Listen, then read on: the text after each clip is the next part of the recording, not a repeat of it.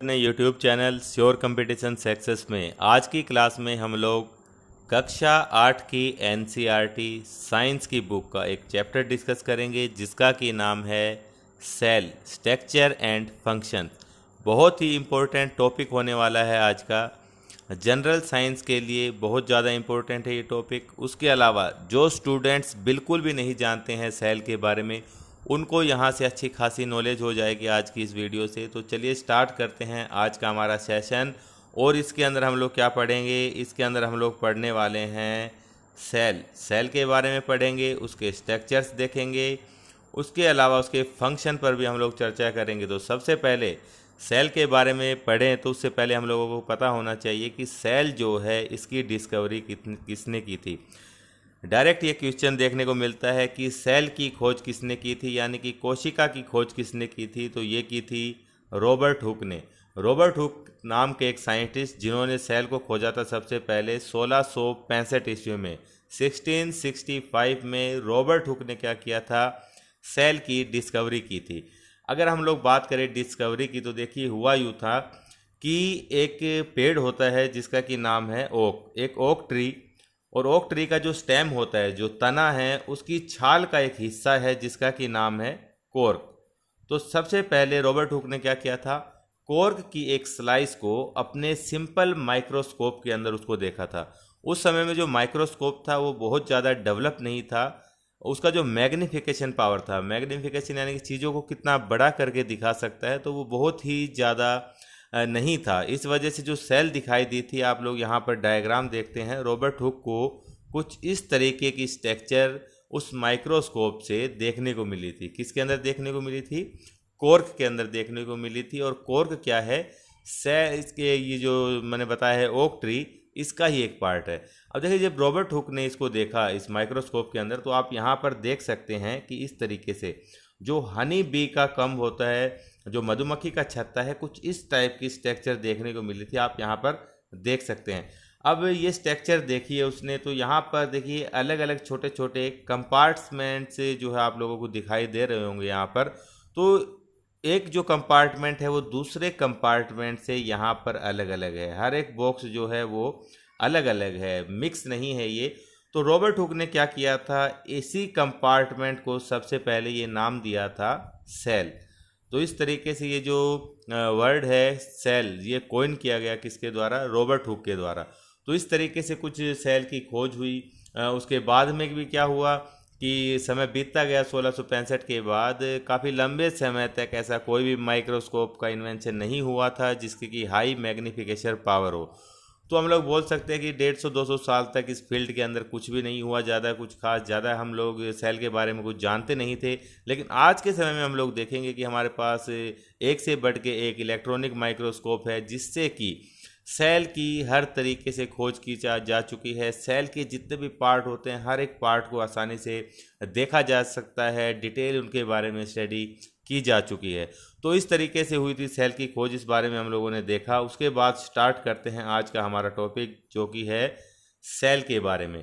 तो देखिए सेल आप लोग समझ चुके हैं कि सेल को कब डिस्कवर किया गया था। इसको किया गया था 1665 में रॉबर्ट हुक के द्वारा सेल की खोज की गई थी। उसके बाद देखिए हमारे चारों तरफ आप जो भी देखेंगे, हमारे चारों तरफ आप लोगों को दो ही टाइप देखने को मिलेंगे। चीज़ों के अंदर दो ही टाइप देखने को मिलेंगे, या तो वो लिविंग होगी या फिर नॉन लिविंग होगी, या तो वो संजीव होगी या फिर निर्जीव होगी। एक के अंदर जीवन होगा, दूसरी के अंदर जीवन नहीं होगा। तो हम किस तरीके से पहचानेंगे कि कौन सी चीज़ लिविंग है और कौन सी चीज़ नॉन लिविंग है। तो इसको पहचानने का एक बड़ा ही सिंपल सा तरीका है कि जो लिविंग थिंग्स होगी, यानी कि जो लिविंग चीज़ें होंगी, उसके अंदर आप लोगों को क्या देखने को मिलेगा, उनके अंदर कुछ बेसिक फंक्शंस होते हैं। उनके अंदर कुछ बेसिक फंक्शंस होते हैं, वो आप लोगों को देखने को मिलेंगे। अगर बात करें कि किस तरीके के फंक्शन होते हैं लिविंग ऑर्गेनिज्म में, तो देखिए सबसे पहला है वो ग्रोथ शो करते हैं। सेल डिवीजन होता है उसके अंदर, जिसका नतीजा क्या निकलता है, उनके अंदर ग्रोथ होती है। ग्रोथ देखने को मिलेगी आप लोगों को किसमें, लिविंग के अंदर। उसके अलावा वो मूवमेंट कर सकते हैं, मूवमेंट कर सकते हैं। अब आप बोलोगे कि जो प्लांट्स है ये मूवमेंट नहीं कर सकते हैं, ग्रोथ कर सकते हैं लेकिन मूवमेंट नहीं कर सकते, एक जगह से दूसरी जगह पर नहीं जा सकते हैं, तो प्लांट क्या लिविंग नहीं है। तो बिल्कुल है, क्योंकि और भी बहुत से करैक्टर्स है जो कि इसके अंदर आप लोगों को देखने को मिलेंगे। अगर मोमेंट की बात करें तो जैसे कि जो छुई मुई का पौधा होता है, टच मी नोट, ये क्या मोमेंट भी शो करता है, ठीक है, रिस्पॉन्स शो करता है, जो कि एक लिविंग का करैक्टर है। उसके अलावा आप लोग देखेंगे कि रिप्रोडक्शन देखने को मिलेगा। रिप्रोडक्शन क्या होता है? अपने जैसी प्रोजेनी, प्रोजेनी यानी कि संतान को जो प्रोड्यूस करेगा, जो बनाएगा, यानी कि इस प्रोसेस को क्या बोलते हैं? रिप्रोडक्शन बोलते हैं, और ये लिविंग ऑर्गेनिज्म का एक करैक्टर है। उसके बाद आप लोग देखेंगे रेस्पिरेशन देखने को मिलेगा, न्यूट्रिशन देखने को मिलेगा, या आप बोलिए कि डाइजेशन देखने को मिलेगा लिविंग ऑर्गेनिज्म में। उसके बाद बॉडी का जो भी वेस्ट मटेरियल है उसको बाहर निकालने के लिए होता है बॉडी के अंदर एक्सक्रीशन, यानी कि एक्सक्रीटरी सिस्टम। तो इस टाइप की जो चीज़ें देखने को मिलेंगी, ये किस में देखने को मिलेंगी? सिर्फ और सिर्फ लिविंग ऑर्गेनिज्म के अंदर देखने को मिलेगी। और यही चीज़ें हैं जो कि डिफ्रेंशिएट करती है लिविंग और नॉन लिविंग के अंदर। अब देखिए, जो हमारी बॉडी है, या मतलब प्लांट है या कोई भी ऑर्गेनिज्म है, उसकी बॉडी जो है वो किससे बनी होती है? सेल से मिलकर बनी होती है। सेल सेल जो होती है वो देखिए एक ग्रुप बनाती है अपना, जिसको कि क्या बोलते हैं? टिश्यू बोल दिया जाता है। सेल का जो ग्रुप होता है उसको क्या बोलते हैं? टिश्यू। टिश्यू मिलकर क्या बनाते हैं? ऑर्गन बनाते हैं, और ऑर्गन मिलकर क्या बनाते हैं? यही सब सिस्टम्स बनाते हैं, यानी कि ऑर्गन सिस्टम बनाते हैं। तो हम लोग बोल सकते हैं कि सेल जो है वो क्या होती है? बेसिक स्ट्रक्चरल यूनिट होती है। किसी भी ऑर्गेनिज्म की या फिर ऑर्गन की जो बेसिक स्ट्रक्चरल यूनिट है वो कौन सी होती है? सेल है। यानी कि इस शरीर की जो सबसे छोटी मूलभूत इकाई है वो कौन सी है? कोशिका होती है। उसके बाद देखिए, ये मैंने अभी आपको बताया कि सेल क्या होती है? असेंबल होती है, टिश्यू बनाती है। टिश्यू बनने के बाद क्या बनता है? ऑर्गन्स बनते हैं, फिर ऑर्गन सिस्टम बनता है आपके। उसके बाद क्या बनेगी? पूरी बॉडी बनेगी। बॉडी ऑफ एवरी ऑर्गेनिज्म बनेगा किससे? सेल के असेंबल होने से बनेगा। अब देखिए, अगर हम लिविंग वर्ल्ड के अंदर भी देखेंगे तो बहुत सी वैरायटी के ऑर्गेनिज्म आप लोगों को देखने को मिलेंगे। अब सब सेल से बने हुए हैं तो इसका मतलब ये नहीं है कि सब देखने में एक जैसे होंगे। सब ऑर्गेनिज्म क्या है? देखने में अलग अलग होते हैं, जबकि उनकी जो बेसिक स्ट्रक्चरल यूनिट है सब ऑर्गेनिज्म की क्या है? वो सेल ही होती है। उसके बाद देखिए, आपने देखा कि सेल से बना होने के बाद भी जो ऑर्गेनिज्म है वो एक दूसरे से बिल्कुल दिखने में अलग अलग होते हैं। Cell in the living organism are complex living structure. अब सेल जो है किसी भी ऑर्गेनिज्म के अंदर वो क्या है? लिविंग स्ट्रक्चर है। बुक के अंदर एक एग्जाम्पल दिया है, जैसे कोई बिल्डिंग है, वो ईंटों से बनी हुई है, तो ईंट क्या है? उस बिल्डिंग की बेसिक स्ट्रक्चरल यूनिट है। जबकि सेल जो है वो क्या है? ह्यूमन बॉडी या फिर कोई भी ऑर्गेनिज्म, प्लांट, इन सब की क्या है? स्ट्रक्चरल यूनिट है। दोनों में डिफरेंस क्या है कि ईंट जो है, ब्रिक, वो लिविंग नहीं है, लेकिन सेल यहाँ पर आप लोग देखेंगे ये क्या है? लिविंग स्ट्रक्चरल है, ये स्ट्रक्चरल यूनिट है, और बहुत ज़्यादा कॉम्प्लेक्स है। यानी कि इसके अंदर भी आप लोगों को बहुत से टाइप के ऑर्गेनिज्म देखने को मिलेंगे। किसके अंदर देखने को मिलेंगे? सेल के अंदर देखने को मिलेंगे। उसके बाद देखिए, नेक्स्ट जो हमारा इसके अंदर है कि आप लोगों ने कभी सेल देखी है? तो आप लोग सेल को बड़ी ही आसानी से देख सकते हैं, और सेल का एग्जाम्पल बहुत ही शानदार एक दिया हुआ है, जिसका कि नाम क्या है? Egg cell. जो एग होता है वो किसका एग्जाम्पल है? वो एक सेल का ही एग्जाम्पल है। एक सेल एक सिंगल सेल को रिप्रेजेंट करता है। जो एक मुर्गी का अंडा है वो क्या है? खुद अपने आप में एक कंप्लीट सेल होती है, ठीक है। जो मुर्गी का अंडा है उसको आप लोग देखोगे, जो वाइट वाला पार्ट है, वाइट वाला पार्ट है जो ये बाहर वाला, जो कि उबालने पर टाइट हो जाता है, ये क्या होता है? एल्ब्यूमिन होता है, प्रोटीन। और बीच वाला जो येलो पार्ट है, ये वाला, इसको आप लोग क्या बोलते हैं? इसको योक बोलते हैं, ठीक है, योक बोलते हैं। तो यहाँ पर समझाने का यही मतलब है कि जो हैंस एग है, मुर्गी का अंडा, वो क्या है? एक सेल है, और यूनिसेल है, मतलब एक ही सेल है वो, ठीक है। उसको आप लोग क्या कर सकते हैं? अनएडिट आई, यानी कि नंगी आंखों से देख सकते हैं। उसके लिए आपको किसी भी तरीके के माइक्रोस्कोप की कोई ज़रूरत नहीं है। तो बढ़ते हैं नेक्स्ट स्लाइड पे और देखते हैं उसके बाद इस टॉपिक में और पढ़ने को क्या है। तो देखिए, अब हम डिस्कस करेंगे नंबर ऑफ सेल। अभी मैंने बताया कि जो जितने भी लिविंग ऑर्गेनिज्म हैं, चाहे कोई भी हो वो सब किससे बने होते हैं, सेल से बने होते हैं, तभी सेल को क्या बोलते हैं, बेसिक स्ट्रक्चरल यूनिट बोलते हैं। अब यहाँ पर हम लोग डिस्कस करेंगे कि नंबर ऑफ सेल, सेल जो है वो उसके कितने नंबर होते हैं, भाई बॉडी के अंदर जो सेल है वो कितनी मिलेगी। तो यहाँ पर हम लोग अगर बात करें, कोई एग्जांपल ले कि आप कोई बड़ा सा एनिमल देखते हैं, लाइक आपने हाथी देखा है या कोई बड़ा सा पेड़ देखते हैं आप लोग, तो आपके दिमाग में क्वेश्चन आना चाहिए कि भाई इसके अंदर कितनी सेल हो सकती है। तो आपको मैं बता दूंगा कि अगर आप इसको काउंट करोगे तो इसका नंबर बहुत ज़्यादा चला जाता है, अरबों खरबों के अंदर ये नंबर चला जाता है। जो अगर बात करें इंसानों के शरीर की, तो ये देखिए लगभग ये ट्रिलियन सेल से मिलकर बना होता है, ठीक है, 10 लाख खरबों, इतनी ज़्यादा सेल से मिलकर बना होता है। लेकिन खासियत क्या है कि इतनी जो सेल्स हैं, जो ट्रिलियंस नंबर के अंदर सेल है, सभी की सभी सेल आप लोगों को एक जैसी देखने को नहीं मिलेगी। एक जैसी सेल नहीं होती है। एक बॉडी के अंदर भी, एक इंडिविजुअल बॉडी के अंदर भी जो सेल है उसके टाइप आप लोगों को अलग अलग देखने को मिलेंगे। उनके फंक्शन के हिसाब से सेल जो है, उनकी शेप, उनका साइज, ये सब चीज़ें अलग अलग होती है। इनके शेप के बारे में थोड़ी देर बाद हम लोग डिस्कस करेंगे। तो यहाँ पर अब ये समझना है कि सेल जो है वो हमेशा एक जैसी नहीं होती है, किसी भी ऑर्गेनिज्म में वो अलग अलग टाइप की होती है। ये मैंने अभी आपको बताया है कि डिफरेंट ग्रुप और cell perform variety of function.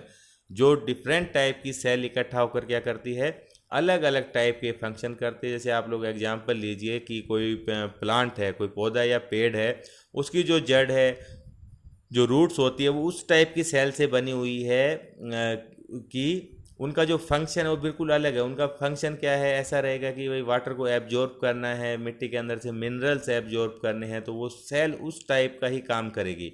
और उनका ग्रुप मिलकर क्या करता है, फिर उस स्पेशल एक ऑर्गन की फॉर्मेशन करता है। तो ये चीज़ आपने यहाँ पर समझी।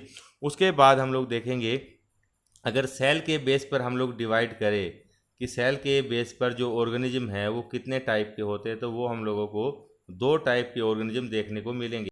अब 2 टाइप के ऑर्गेनिज्म कौन कौन से हैं, तो देखिए सबसे पहले हमारे सामने आता है यूनिसेलुलर ऑर्गेनिज्म। तो यूनिसेलुलर ऑर्गेनिज्म कौन सा होता है, नाम से ही पता चलता है। जो यूनी है इसका क्या मतलब होता है, इसका मतलब ही सिंगल से है। यूनी का मतलब क्या होता है, सिंगल।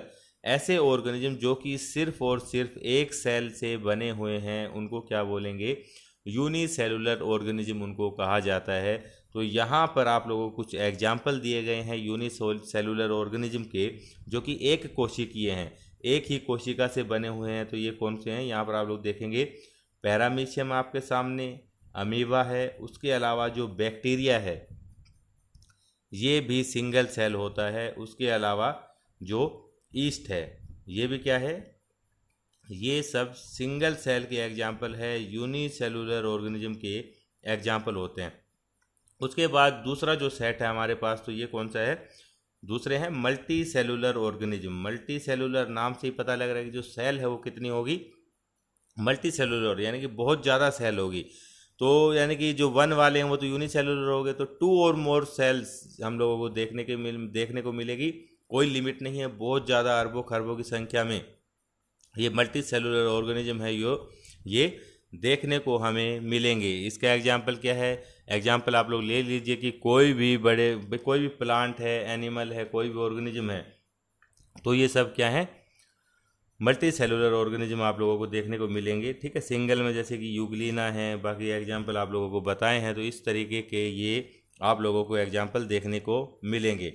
अब आप लोगों के मन में सवाल आ रहा होगा कि भाई एक ऑर्गेनिज्म तो ऐसा है जैसे कि अमीबा है, ये सिर्फ और सिर्फ सिंगल सेल से बना हुआ है। जो अमीबा है ये सिंगल सेल से बना हुआ है। और कोई बड़ा ऑर्गेनिज्म है, कोई हाथी है, मान लीजिए कोई ह्यूमन बीइंग है, हम इंसान हैं, तो हम जो हैं मल्टी सेलुलर हैं। तो दोनों में मतलब क्या डिफरेंस है, ऐसा कि क्या ये सब वो काम कर सकते हैं जो कि हम लोग करते हैं, तो हाँ, ये सभी वो काम करते हैं जो हम लोग करते हैं। यानी कि यहाँ पर क्लियर कट लिखा हुआ है कि जो यूनिसेलुलर ऑर्गेनिज्म है उनकी एक सेल होना अफेक्ट नहीं करती है कि कौन से फंक्शन बॉडी के अंदर हो रहे हैं। यानी कि वही सब फंक्शन होंगे इनके अंदर भी जो कि हमारे अंदर होते हैं। अमीबा के अंदर आप लोगों को रिप्रोडक्शन भी देखने को मिलेगा, ये मूवमेंट भी करता है, डाइजेशन भी करता है, इसके अंदर एक्सक्रीशन भी है, रेस्पिरेशन भी है, सब वो सिस्टम देखने को मिलेंगे जो कि किसी भी मल्टी सेलुलर ऑर्गेनिज्म के अंदर होते हैं। तो अमीबा के बारे में थोड़ी सी और यहाँ पर देखिए चीज़ पढ़ेंगे कि अमीबा जो है यहाँ पर आप लोगों को ये प्रोजेक्शंस दिखाई दे रहे होंगे जो कि बाहर की तरफ निकले हुए हैं, बाहर की तरफ ये प्रोजेक्शंस निकले हुए दिखाई दे रहे होंगे, तो इनको बोलते हैं स्यूडोपोडिया। इनको क्या बोलते हैं? स्यूडोपोडिया बोलते हैं। जो स्यूडो होता है इसका मतलब होता है फॉल्स, स्यूडो का मतलब क्या है? फॉल्स है, और पोडिया क्या होते हैं? फीट, यानी कि झूठे पैर, ऐसे पैर जो कि सच में नहीं है। तो ये प्रोजेक्शंस जो है इनको स्यूडोपोडिया बोलते हैं। और इससे क्या करता है अमीबा? इससे मूवमेंट करता है, इससे चलने फिरने का भी काम करता है, अगर फूड को कैप्चर करना होता है, ठीक है। तो ऐसे ये यहाँ पर माउथ टाइप की स्ट्रक्चर बन गई है ना, खुली हुई, यहाँ पर वो पार्टिकल आ जाता है तो इसको ये अंदर ले लेता है और उसको डाइजेस्ट कर देता है। तो इस तरीके से जो स्यूडोपोडिया है मूवमेंट के अंदर और जो फूड कैप्चर करने में अमीबा की हेल्प करते हैं। तो यहाँ पर एक एग्जाम्पल से आप लोगों ने समझा कि देखिए अमीबा जो कि सिंगल सेल का यानी ऑर्गेनिज्म है, किस तरीके से ये सारे काम करता है। उसके बाद देखिए ये हो गए आपके दो एग्जाम्पल पढ़े आप लोगों ने, पहला था यूनिसेलुलर और दूसरा कौन सा है? मल्टी सेलुलर है। ऐसे ऑर्गेनिज्म जो कि सिंगल सेल से बने हैं वो उनको क्या बोलेंगे? यूनिसेलुलर। और जो मल्टी सेल से बने हैं, दो या दो से ज़्यादा, उनको हम बोलते हैं मल्टी सेलुलर ऑर्गेनिज्म बनते हैं। एक बहुत ही शानदार एग्जाम्पल यहाँ पर दिया गया है कि जो फर्टिलाइज्ड एग होता है, जो फर्टिलाइज एग होता है वो भी क्या होता है? उसको भी हम लोग क्या बोलेंगे? वो भी सिंगल सेल का ही होता है। फर्टिलाइज एग जो है वो सिंगल सेल का होता है। तो यहाँ पर एग्जाम्पल आप लोग देखेंगे कि यहाँ पर आप लोग देखेंगे एग, एग क्या है? फीमेल गैमिट है, ठीक है। फीमेल के अंदर जो ओवरी प्रोड्यूस करती है एग, वो फीमेल गैमिट है। और इंसानों में जो मेल है उसके अंदर आप लोग देखेंगे स्पर्म, जो कि मेल गैमिट है।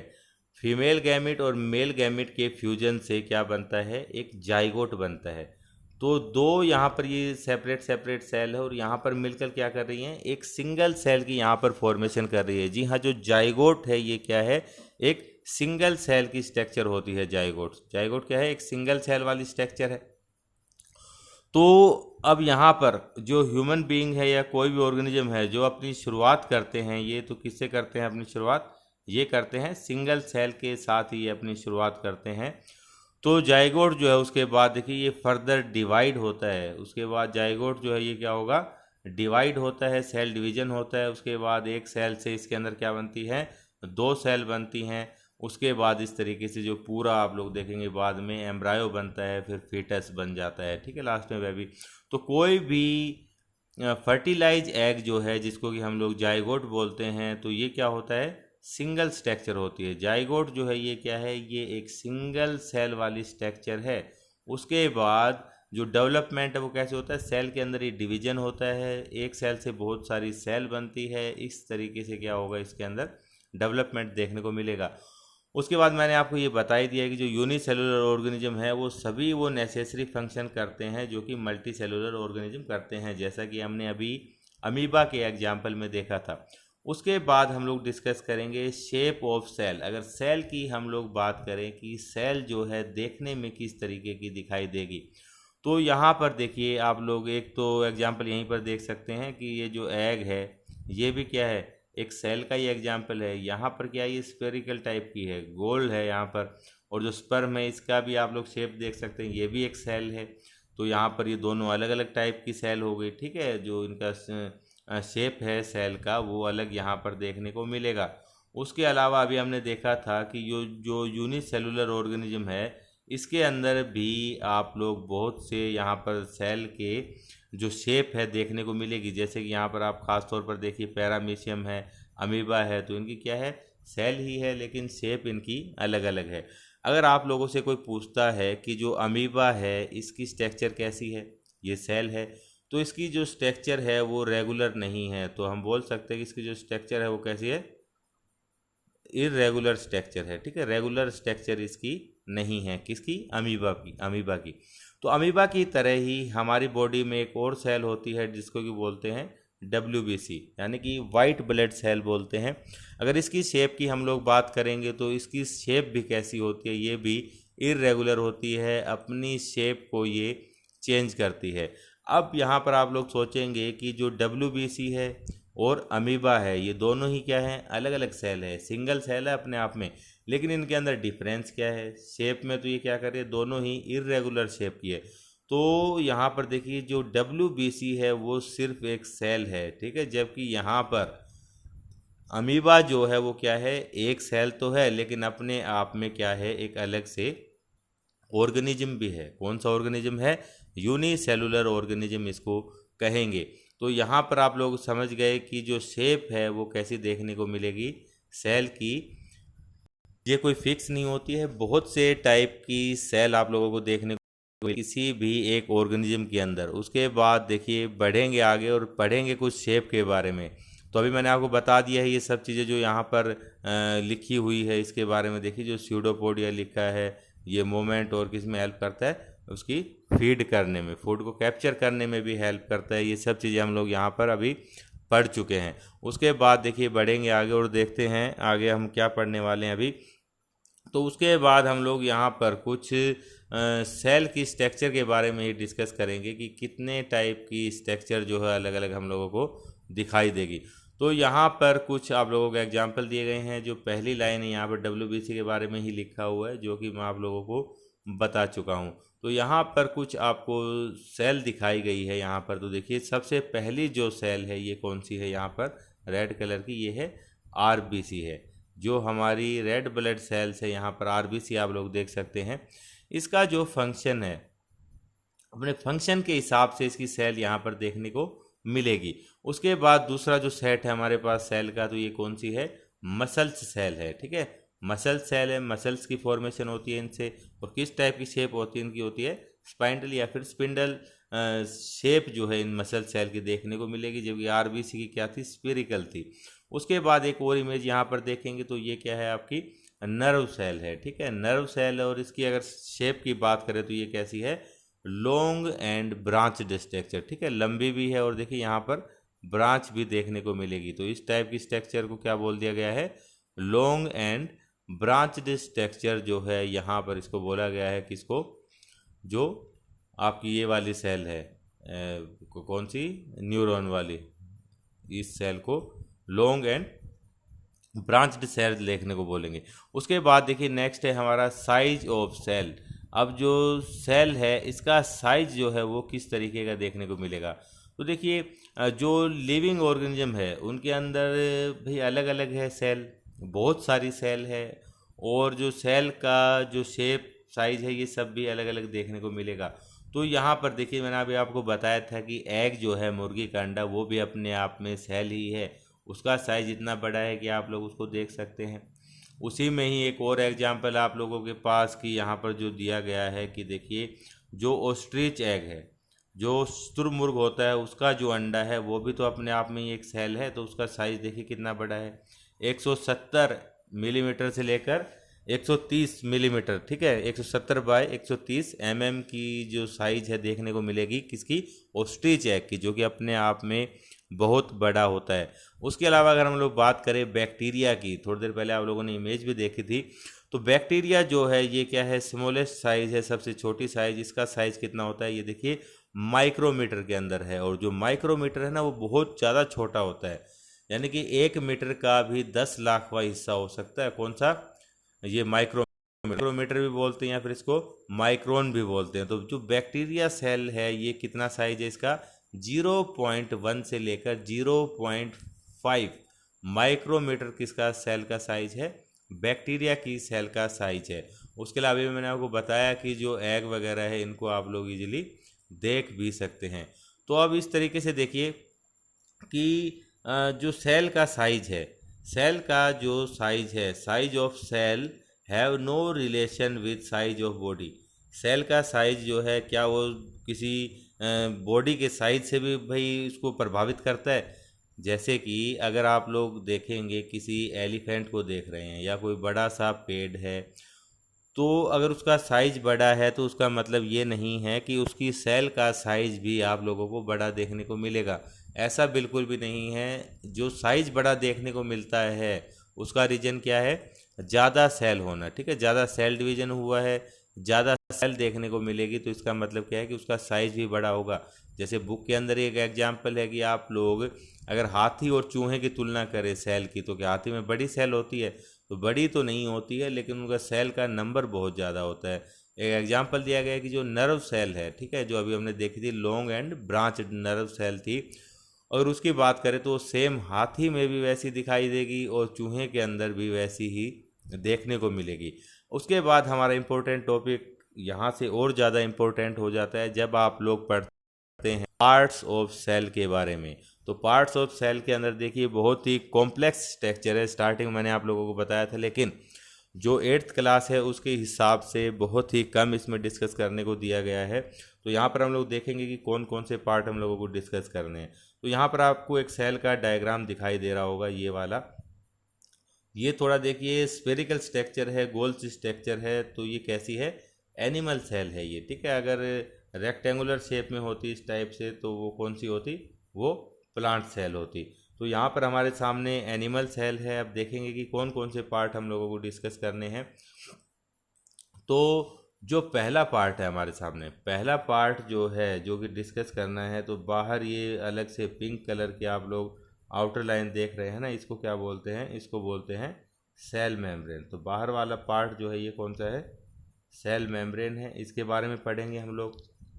उसके अलावा जो बीचों बीच का पार्ट है यहाँ पर, ठीक है, ये बीच वाला पार्ट है, ये क्या है? आपका न्यूक्लियस है।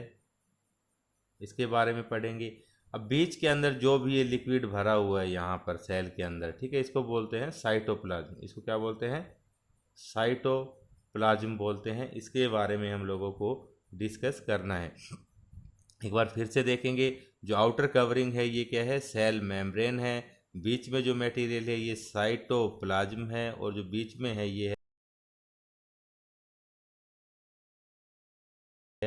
ये अलग अलग जो पार्ट हम लोगों को पढ़ने हैं। तो इधर है, तो यहाँ पर देखेंगे, डिस्कस करेंगे सेल मेम्ब्रेन के बारे में हम लोग डिस्कस करने वाले हैं।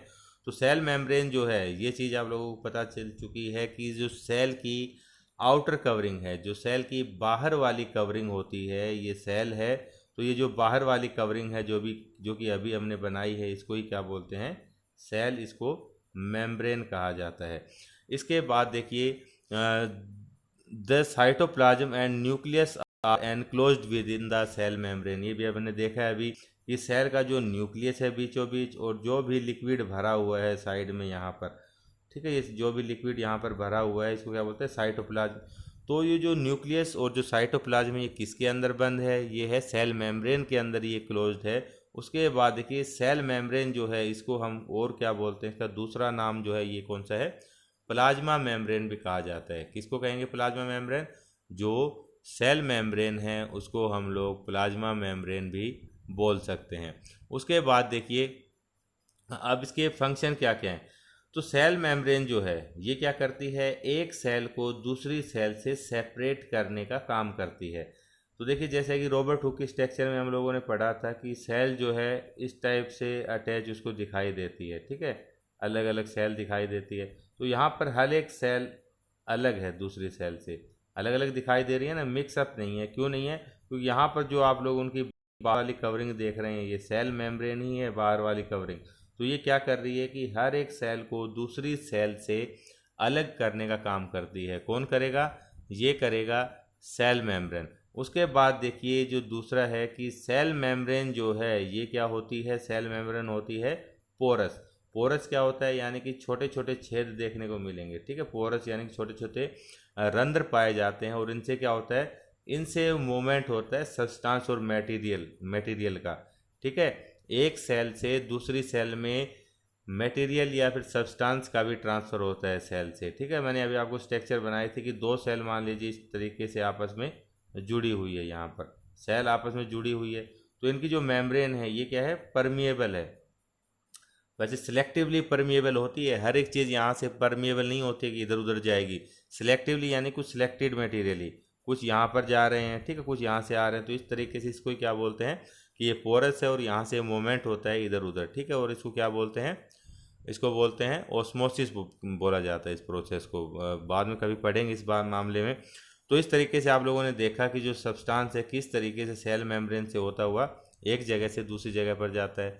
उसके अलावा जो इम्पोर्टेंट फंक्शन है यहाँ पर सेल का, तो वो कौन सा होता है, सेल जो है, ये सेल मेम्ब्रेन जो है ये क्या करती है, ये शेप देने का भी काम करती है। ठीक है, शेप किसको देगी, जो कोई भी सेल है उसकी जो बाहर वाली कवरिंग है यही उसको शेप देने का भी काम करती है, जिसको भी हम लोग सेल मेम्ब्रेन बोल रहे हैं। उसके बाद देखिए जो प्लांट सेल होती है, जो कि हमने स्टार्टिंग में बनाई थी, जो राउंड टाइप की, ये कौन सी होती है, एनिमल सेल है। और जो रेक्टेंगुलर टाइप की, इस टाइप की होती है, ये प्लांट सेल देखने को मिलेगी।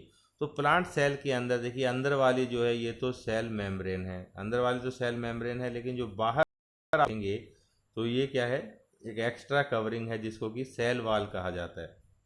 तो यही आपको बता रहे प्लांट्स के अंदर एक आउटर थिक लेयर देखने मिलेगी जिसको कि सेल आता है। अब देखिए ऐसी कौन सी लोगों को सेल वॉल देखने को मिलेगी प्लांट के अंदर। देखिए सेल वॉल क्यों होती है, ये एक एक्स्ट्रा प्रोटेक्शन होता है कि प्लांट को दिया है। अब हम लोग तो क्या है कि अपने मौसम के हिसाब से, मान लीजिए बाहर धूप ज़्यादा है तो अंदर आ जाते हैं घर के अंदर, ठीक है, बारिश हो रही है तो आ गए, तेज़ तूफान है तो अंदर आ गए, मतलब हम अपना प्रोटेक्शन कर सकते हैं। जबकि जो प्लांट है ना वो मूव नहीं कर सकते, एक जगह से दूसरी जगह पर मूव नहीं कर सकते हैं। तो उनके अंदर क्या होता है, उनके अंदर सेल वॉल देखने को मिलेगी। और इसका पर्पज़ क्या है, सेल वॉल का ये रहता है एक्स्ट्रा प्रोटेक्शन के लिए। ठीक है, सेल वॉल का पर्पज़ क्या है, एक्स्ट्रा पर्पज़ के लिए, एक्स्ट्रा प्रोटेक्शन के पर्पज़ के लिए ये सेल वॉल देखने को मिलेगी। उसके बाद देखिए ये आपने देख लिया है कि एक्स्ट्रा जो है यहाँ पर प्रोटेक्शन प्रोवाइड करवाती है, भाई टेम्परेचर हो चाहे बाहर जो भी एटमॉस्फेरिक रीजन है कोई भी, तो इनके लिए क्या करेगी, यहाँ पर प्रोटेक्शन करवाने का काम करती है किसको, प्लांट को। उसके बाद बढ़ेंगे आगे, देखते हैं नेक्स्ट हमारा क्या है। तो देखिए यहाँ पर आप लोग डायग्राम देख सकते हैं, एक आप लोगों को दिखाई देगी एनिमल सेल देखेंगे और दूसरी है प्लांट सेल, आप लोग यहाँ पर देख सकते हैं। तो देखिए जो एनिमल सेल है इसके अंदर जो आउटर कवरिंग है ये बाहर वाली, ये कौन सी है, सेल मेम्ब्रेन है। यहाँ पर दो कवरिंग है, जो अंदर वाली है ये कौन सी है, इसको बोलते हैं सेल मेम्ब्रेन ही है। और जो बाहर दिखाई दे रही है यहाँ पर, तो ये कौन सी है, इसको सेल वॉल कहते हैं, जो कि सेलुलोज से बनी होती है। जो मेन डिफरेंस होता है एनिमल सेल और प्लांट सेल के बीच में, वो जो सबसे बड़ा डिफरेंस है वो यही वाला होता है। उसके बाद देखिए बढ़ेंगे नेक्स्ट ऑर्गन की तरफ। इस डायग्राम को हम लोग फिर से देखेंगे जब हम लोग डिफरेंस के बारे में पढ़ेंगे। तो यहाँ पर देखिए उसके बाद जो नेक्स्ट हमारा पार्ट है जो डिस्कस करना है, तो ये है साइटोप्लाज्म। साइटोप्लाज्म क्या होता है, देखिए इसके बारे में डिस्कस करेंगे। तो यहाँ पर आप लोगों को सेल दिखाई दे रही है, ठीक है, जो अंदर यहाँ पर जो भी लिक्विड भरा हुआ है ना, अंदर जो अंदर लिक्विड भरा हुआ है उसको क्या बोलते हैं, यही हमारा साइटोप्लाज्म है। जो अंदर सेल के अंदर लिक्विड भरा हुआ है, यानी कि जो एक विस्कस सा लिक्विड होता है, थोड़ा जेली टाइप का सब्सटेंस होता है, उसको हम क्या बोलते हैं, उसको साइटोप्लाज्म बोलते हैं। और साइटोप्लाज्म के अंदर आप लोगों को बहुत से सेल ऑर्गेनल्स देखने को मिलेंगे, यानी कि बहुत से सेल के और भी पार्ट यहाँ पर देखने को मिलेंगे साइटोप्लाज्म के अंदर। तो एग्जाम्पल यहाँ पर दिए गए हैं, आप लोग देख सकते हैं, जैसे कि कौन कौन से एग्जाम्पल है। एग्जाम्पल आपके सामने जैसे कि राइबोसोम है, lysosome, endoplasmic reticulum, mitochondria, Golgi apparatus, ठीक है। तो इस तरीके के बहुत से आप लोगों को पार्ट देखने को मिलेंगे किसके अंदर, जो साइटोप्लाज्म है उसके अंदर ही। उसके बाद हम लोग यहाँ पर डिस्कस करेंगे एक बहुत ही ज़्यादा इम्पोर्टेंट पार्ट जिसका कि नाम है न्यूक्लियस। न्यूक्लियस जो है किसी भी सेल की स्ट्रक्चर में बहुत ही इंपॉर्टेंट पार्ट होता है। तो देखिए न्यूक्लियस के बारे में अगर हम लोग देखें तो यहाँ पर आप लोग सेल देख सकते हैं, तो बीचों बीच जो स्ट्रक्चर आप लोगों को दिखाई दे रही है यहाँ पर, तो ये क्या है, न्यूक्लियस है, ठीक है। ये न्यूक्लियस है प्लांट सेल के अंदर, ये है एनिमल सेल के अंदर। तो इसी न्यूक्लियस के बारे में ही हम लोगों को डिस्कस करना है। तो देखिए सबसे पहले न्यूक्लियस जो है जनरली ये कहाँ पर लोकेटेड होता है, ये होता है सेंटर ऑफ सेल। जरूरी नहीं है, पक्का नहीं है, तभी क्या लिखा हुआ है, जनरली लोकेटेड, ठीक है। जनरली ये कहाँ पर होता है, सेल के बीच में होता है। उसके बाद देखिए जो न्यूक्लियस है, न्यूक्लियस कहाँ पर है, कहाँ पर मिलेगा देखने को, ये मिलेगा साइटोप्लाज्म के अंदर ही होता है। न्यूक्लियस कहाँ पर देखने को मिलेगा, साइटोप्लाज्म के अंदर होगा। और न्यूक्लियस के ऊपर भी आप लोगों को एक मेम्ब्रेन देखने को मिलेगी, इसको क्या बोलते हैं, न्यूक्लियर मेम्ब्रेन। मान लीजिए ये न्यूक्लियस है तो इसके ऊपर भी एक मेम्ब्रेन होती है एक्स्ट्रा, जिसको क्या बोलते हैं, न्यूक्लियर मेम्ब्रेन कहा जाता है। अब पूछे कोई आपसे कि न्यूक्लियर मेम्ब्रेन क्या कर रही है, देखिए न्यूक्लियस को सेपरेट कर रही है ना साइटोप्लाज्म से, पूरी सेल है बीच में साइटोप्लाज्म है, तो साइटोप्लाज्म और न्यूक्लियस मिल नहीं पा रहे हैं, क्यों, क्योंकि न्यूक्लियर मेम्ब्रेन की वजह से। तो आप लोग बोल सकते हैं कि जो न्यूक्लियर मेम्ब्रेन है तो ये क्या करती है, ये सेपरेट करती है किसको, न्यूक्लियस और साइटोप्लाज्म को। अब देखिए जो न्यूक्लियस की मेम्ब्रेन है, जो न्यूक्लियर मेम्ब्रेन है, ये भी क्या होती है, ये भी परमिएबल होती है, ये भी परमिएबल होती है, पोरस होती है, जैसे कि हम लोगों ने सेल मेम्ब्रेन के बारे में पढ़ा था। यहाँ से भी मटेरियल और सब्सटेंस जो है वो जो साइटोप्लाज्म है यहाँ से एक्सचेंज होते रहते हैं। उसके बाद देखिए जो न्यूक्लियस है यहाँ पर, सेल का जो न्यूक्लियस है यहाँ पर, मान लीजिए ये सेल है, बीच में न्यूक्लियस है, न्यूक्लियस के अंदर ही आप लोगों को एक और बॉडी दिखाई देगी, यानी कि थोड़ी सी हार्ड टाइप की होगी, हार्ड जेली टाइप की, न्यूक्लियस के अंदर ही ऐसी एक स्ट्रक्चर देखने को मिलेगी, जिसको कि क्या बोलते हैं, इसको बोलते हैं न्यूक्लियोलस बोलते हैं, ठीक है, न्यूक्लियोलस बोलते हैं इसको। किसके अंदर देखने को मिलेगा, ये न्यूक्लियस के अंदर ही रहेगी। उसके बाद जो इम्पोर्टेंट टॉपिक है यहाँ पर, न्यूक्लियस जो है इसके अंदर क्या मिलेंगे देखने को, क्रोमोसोम देखने को मिलेंगे। क्रोमोसोम कहाँ पर देखने को मिलेंगे, न्यूक्लियस के अंदर देखने को मिलेंगे। क्रोमोसोम क्या होते हैं, देखिए कुछ इस टाइप की स्ट्रक्चर रहती है जो एक्स बनता है, ठीक है, इस टाइप की स्ट्रक्चर देखने को मिलेगी क्रोमोसोम की। एक सिंपल सा क्वेश्चन है कि क्रोमोसोम जो है वो कितने टाइप के देखने को मिलते हैं आप लोगों को, तो क्रोमोसोम कितने होते हैं, 23 पेयर होते हैं, यानी कि 46 जो है क्रोमोसोम आप लोगों को देखने को मिलेंगे किसके अंदर, ह्यूमन बीइंग के अंदर। कितने क्रोमोसोम, 23 पेयर और 46 क्रोमोसोम देखने को मिलेंगे। अब ये जो क्रोमोसोम है और इनके ऊपर क्या रहता है, ये कैरी करते हैं जीन। जीन आप लोग समझ लीजिए कि डीएनए का ही एक पीस है। डीएनए क्या है, करैक्टर ट्रांसफ़र करता है, हेरिडिटी इनहेरिटेंस, एक जनरेशन से दूसरी जनरेशन में। तो डीएनए का ही कोई पीस है जो कि स्पेशल, किसी स्पेशल करैक्टर के लिए रिस्पॉन्सिबल है, तो उसको ही क्या बोल देते हैं, जीन बोल देते हैं, आप ये समझ लीजिए। तो जीन जो है ये क्या होता है, भाई इनहेरिटेंस में काम आता है, यानी जो करैक्टर है जो पेरेंट्स से बच्चों में आते हैं वो करैक्टर कैसे आते हैं, जीन के थ्रू ही आते हैं, ठीक है। तो जो जीन है वो कहाँ पर रहते हैं, क्रोमोसोम पर रहते हैं। क्रोमोसोम कहाँ पर देखने को मिलेगा, ये सेल के न्यूक्लियस के अंदर रहता है, ठीक है, ये चीज़ समझ गए हैं आप। उसके बाद देखिए यहाँ पर लिखा है कि क्रोमोसोम कब दिखाई देते हैं, क्रोमोसोम दिखाई देते हैं ओनली किस टाइम पर, जब सेल का डिवीजन हो रहा होता है। उससे पहले क्या है, डीएनए है, जो सेल का डिवीजन होता है तो डीएनए ही इकट्ठा होकर, जो डीएनए का पीछे का हिस्सा है वो इकट्ठा होकर ऐसी स्ट्रक्चर बना देता है इस टाइप की, क्रोमोसोम जैसी। तभी लिखा गया है कि जो कि क्या है, क्रोमोसोम है वो कब दिखाई देते हैं, जब क्या हो रहा होता है, सेल डिवीजन हो रहा होता है, उस वक्त ये देखने को मिलेगा। उसके बाद देखिए द एंटायर जो कंटेंट है लिविंग सेल का, उसको क्या बोलते हैं, प्रोटोप्लाज्म।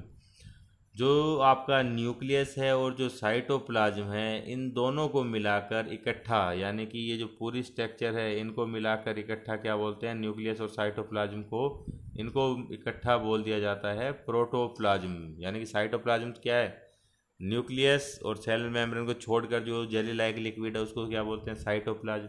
अगर प्रोटोप्लाज्म लिखा है तो इसका मतलब क्या है, इसके अंदर न्यूक्लियस भी अब इंक्लूड है। उसके बाद देखिए प्रोटोप्लाज्म जो है इसको क्या कहा जाता है, इसको सेल का लिविंग सब्सटेंस भी कहा जाता है। किसको कहेंगे, प्रोटोप्लाज्म को कहेंगे। तो ये कुछ न्यूक्लियस के बारे में था। उसके बाद देखिए यहाँ पर आप लोग क्लियरली इस डायग्राम से समझ सकते हैं कि यहाँ पर देखिए पूरी सेल आप लोगों को दिखा रखी है और बीचों बीच क्या है, सेल का न्यूक्लियस है, और सेल के न्यूक्लियस में आप लोग यहाँ पर देखेंगे क्या देखने को मिलेंगे, क्रोमोसोम्स देखने को मिलेंगे, ठीक है। ये डीएनए है यहाँ पर आपका, तो डीएनए का ही पीछे जो डीएनए है वो उन्होंने बैंड होकर इस टाइप से क्या बना दिया है, क्रोमोसोम बना दिया है। और इंसानों के अंदर कितने क्रोमोसोम रहते हैं, 46 रहते हैं, यानी कि 23 पेयर्स क्रोमोसोम के देखने को मिलेंगे। और डीएनए का केवल ये वाला पार्ट जो कि किसी करैक्टर के लिए रिस्पॉन्सिबल है, तो इसको क्या बोल दिया है, इसको जीन बोल दिया है। इस डायग्राम से आप लोग समझ गए होंगे। उसके बाद देखिए बढ़ेंगे आगे, यहाँ पर अब दो टाइप की सेल आप लोगों को फिर से देखने को मिलेगी, जो कि कौन कौन सी है, प्रोकैरियोटिक सेल है और दूसरी तरफ है यूकैरियोटिक सेल। तो यहाँ पर देखिए इसके बारे में पढ़ते हैं डिटेल से कि प्रोकैरियोटिक क्या है। देखिए ऐसी सेल जिसके अंदर की क्या होता है, न्यूक्लियर मटेरियल जो है वो विदाउट न्यूक्लियर मेम्ब्रेन होता है। अभी हम लोगों ने पढ़ा था ना कि जो सेल के बीचों बीच क्या होता है, ये सेल है और बीचों बीच न्यूक्लियस है। न्यूक्लियस को भी एक मेम्ब्रेन कवर करती है जिसको कि न्यूक्लियर मेम्ब्रेन कहा जाता है। कुछ ऑर्गेनिज्म में ऐसा होगा कि ये न्यूक्लियर मेम्ब्रेन नहीं होगी और जो न्यूक्लियस है वो भी क्या होगा, वेल डिफाइंड नहीं होगा। ठीक है, यानी कि वो पता नहीं चलेगा उसका न्यूक्लियस का, वेल डिफाइंड नहीं होता, या बोलिए कि वेल ऑर्गेनाइज्ड नहीं होता है, ना ही न्यूक्लियर मेम्ब्रेन होती है। तो ये जो न्यूक्लियर मटेरियल अगर बिना न्यूक्लियर मेम्ब्रेन के पड़ा है तो इस टाइप की सेल को क्या बोलते हैं, प्रोकैरियोटिक सेल कहा जाता है। प्रोकैरियोटिक समझ गए ना, प्रोकैरियोटिक सेल कहेंगे। अब इसके अंदर क्या क्या देखने को मिलेगा, इसके अंदर सेल मेम्ब्रेन नहीं रहेगी, अभी मैंने बताया था। और जिनके अंदर सेल और इस टाइप के जो भाई ऑर्गेनिज्म, उनको क्या बोलते हैं, प्रोकैरियोट्स बोलते हैं। इस बारे में हम लोग डिस्कस कर चुके हैं। अगर एग्जाम्पल की बात करें तो ये ज़्यादा इंपॉर्टेंट है। बैक्टीरिया और जो ब्लू ग्रीन एल्गी है वो किसके एग्जाम्पल है, वो प्रोकैरियोट के एग्जाम्पल है। उसके बाद दूसरा हमारा आता है यूकैरियोटिक सेल। तो अब आप लोग समझ गए हैं कि ऐसी सेल जिनके अंदर क्या होता है, वेल ऑर्गेनाइज्ड न्यूक्लियस देखने को मिलेगा और न्यूक्लियस के चारों तरफ एक मेम्ब्रेन देखने को मिलेगी जिसको कि हमने क्या नाम दिया है, न्यूक्लियर मेम्ब्रेन कहा है। तो इस टाइप के उसको क्या बोलेंगे, यूकैरियोटिक सेल कहेंगे। और जिन ऑर्गेनिज्म के अंदर यूकैरियोटिक सेल होगी उनको क्या कहा जाता है, उनको यूकैरियोट्स कहा जाता है। इसका एग्जाम्पल अब कौन सा है, बैक्टीरिया और बस जो ब्लू ग्रीन एल्गी है उसको अगर छोड़ दें तो बाकी जो बच गए ऑर्गेनिज्म वो सब क्या होते हैं, यूकैरियोट्स होते हैं। यहाँ पर आप लोगों को इमेज दिखाई दे रही है तो ये एनिमल सेल है जो कि क्या है, यूकैरियोट है। जबकि यहाँ पर आप लोगों को बैक्टीरिया की एक सेल दिखाई गई है, ये क्या है, ये प्रोकैरियोटिक है। यहाँ पर देखिए जो न्यूक्लियर मटेरियल है बीच का, ये सब क्या है, खुला पड़ा हुआ है, कोई ऑर्गेनाइज नहीं है। जबकि एनिमल सेल के अंदर न्यूक्लियर मटेरियल कहाँ पर है, वो न्यूक्लियस के अंदर है, मेम्ब्रेन से भी कवर है। ये चीज़ आप लोग समझ गए अच्छी तरह से। उसके बाद देखिए एक इम्पोर्टेंट पार्ट और है इसी का ही, प्लांट सेल के अंदर आप लोगों को क्या देखने को मिलेगा, कुछ कलर बॉडी देखने को मिलेगी। ठीक है, जो साइटोप्लाज्म रहता है सेल के अंदर का जो मटेरियल है पूरा, ये अंदर का ग्रीन कलर का, ठीक है, ये क्या है, साइटोप्लाज्म अंदर जो भरा हुआ है। तो यहाँ पर आपको ये ग्रीन कलर की कुछ स्कैटर्ड बॉडी दिखाई देगी इस टाइप से। तो इनको क्या बोलते हैं, इनको बोला जाता है प्लास्टिड। ठीक है, प्लास्टिड बोलते हैं। ऐसे प्लास्टिड जिनके अंदर भैया ग्रीन कलर का एक पिगमेंट मिलेगा, क्लोरोफिल, तो उनका रंग क्या होगा, हरा रंग वो मिलेगा। क्लोरोफिल से क्या देखा होगा, ग्रीन कलर देखने को मिलेगा। और ग्रीन कलर के जो प्लास्टिड है, ग्रीन कलर के जो प्लास्टिड है उन्हीं को क्या बोलते हैं, क्लोरोप्लास्ट भी बोलते हैं। ग्रीन कलर के जो प्लास्टिड है उनको क्या बोलेंगे, क्लोरोप्लास्ट बोलेंगे। और क्लोरोफिल पिगमेंट से ये सब है। ठीक है, और जो अगर आप लोगों से पूछे कि प्लांट का जो ग्रीन कलर है वो क्यों होता है, वो क्लोरोफिल की वजह से ही होता है। और क्लोरोफिल जो है वो बहुत ज़्यादा ज़रूरी होता है। ये चीज़ तो आप लोग बचपन से पढ़ रहे हो कि प्लांट्स के अंदर क्या होता है, फोटोसिंथेसिस की प्रोसेस होती है, वो अपना फूड प्रिपेयर करते हैं फोटोसिंथेसिस से।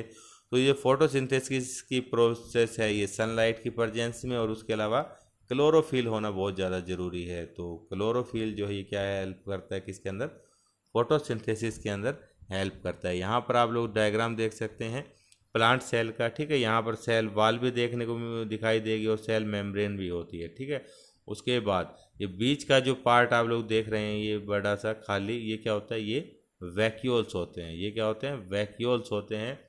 प्लांट्स के अंदर बड़े देखने को मिलेंगे, जबकि जो एनिमल सेल है उसके अंदर जो वैक्यूल्स है वो कैसे होते हैं, बिल्कुल छोटे छोटे होते हैं। तो ये सब चीज़ें आप लोग समझ गए हैं। उसके बाद टॉपिक का बिल्कुल लास्ट हिस्सा आप लोगों के सामने है। यहाँ पर आप लोगों को दो सेल दी गई है, प्लांट सेल है और दूसरी तरफ क्या है, एनिमल सेल है। बताया था कि जो राउंड टाइप की है स्पेरिकल वो एनिमल सेल है और जो रेक्टेंगुलर टाइप की है ये प्लांट सेल है। तो इनका डिफरेंस आप लोगों को बताना है। नॉर्मल सा डिफरेंस क्या बोलिए कि कंपैरिजन करना है, देखेंगे कि क्या चीज़ दोनों में सिमिलर है, क्या चीज़ अलग है। तो सबसे बड़ा जो डिफरेंस है इनका वो एक ही है, वो कौन सा है कि जो एनिमल सेल है इसके बाहर वाली जो कवरिंग है ये कौन सी है, सेल मेम्ब्रेन है। जो चारों तरफ से जो चीज़ कवर कर रही है सेल को वो कौन सी है, सेल मेम्ब्रेन है। तो सेल मेम्ब्रेन जो है ये अंदर वाली मेम्ब्रेन प्लांट सेल के अंदर ये दोनों के अंदर देखने को मिलेगी। लेकिन यहाँ प्लांट्स के अंदर आप लोग देख रहे हैं कि एक एक्स्ट्रा कवरिंग यहाँ पर चारों तरफ आप लोगों को देखने को मिलती है, और ये जो एक्स्ट्रा कवरिंग है इसको क्या बोलते हैं, सेल वाल कहा जाता है। तो सेल वाल जो है ये सिर्फ और सिर्फ किसके अंदर पाई जाती है, ये प्लांट सेल के अंदर देखने को मिलेगी, एनिमल सेल के अंदर देखने को नहीं मिलेगी। उसके बाद देखिए ये सबसे बड़ा डिफरेंस है जो कि डिफरेंशिएट करता है। उसके अलावा ये भी डिफरेंस है कि जो क्लोरोप्लास्ट है ये कहाँ पर देखने को मिलेंगे, प्लांट सेल के अंदर होंगे, एनिमल सेल के अंदर नहीं देखने को मिलेंगे। उसके बाद देखिए अगर हम लोग बात करें, अगर आप लोग उसको पूछते हैं कि भाई सेल मेम्ब्रेन, तो ये इसके अंदर भी होगी, दोनों के अंदर है। सेल वाल इसके अंदर है, इसके अंदर नहीं है। उसके बाद न्यूक्लियस जो है यहाँ पर भी है, इसके अंदर भी, और यहाँ पर भी देखने को मिलेगा, दोनों के अंदर न्यूक्लियस है। न्यूक्लियर मेम्ब्रेन, न्यूक्लियस को कवर करने वाली मेम्ब्रेन यहाँ पर भी है, न्यूक्लियस को कवर करने वाली मेम्ब्रेन यहाँ भी है, दोनों तरफ है। साइटोप्लाज्म, सेल के अंदर जो मटेरियल है वो दोनों तरफ देखने को मिलेगा। प्लास्टिड जो है मैंने आपको बताया कि प्लांट सेल के अंदर होगा, यहाँ पर प्लास्टिड नहीं होगा। उसके अलावा जो वैक्यूल्स है, ये जो बीच का पार्ट है खाली, जो वैक्यूल्स है देखिए ये वाला, तो प्लांट्स के अंदर क्या है, ये वैक्यूल्स बड़ा देखने को मिलेगा, जबकि यहाँ पर ये वैक्यूल्स एनिमल सेल के अंदर ये वैक्यूल छोटा देखने को मिलेगा और नंबर में भी कम होंगे। तो ये आज का हमारा टॉपिक था। बहुत ही बेसिक सी चीज़ें हैं, जिन लोगों को बिल्कुल भी नॉलेज नहीं है इस टॉपिक के ऊपर तो इस वीडियो को ज़रूर से देखें, अपने फ्रेंड्स के साथ भी शेयर करें, तो आप सेल के बारे में एक अच्छी खासी नॉलेज होगी आप लोगों को, आप अच्छे से जानने लगेंगे इन चीज़ों के बारे में। तो थैंक यू फ्रेंड्स, ये थी आज की हमारी क्लास, आज का वीडियो। मिलेंगे ऐसे ही एक नेक्स्ट इंटरेस्टिंग टॉपिक में नेक्स्ट क्लास में।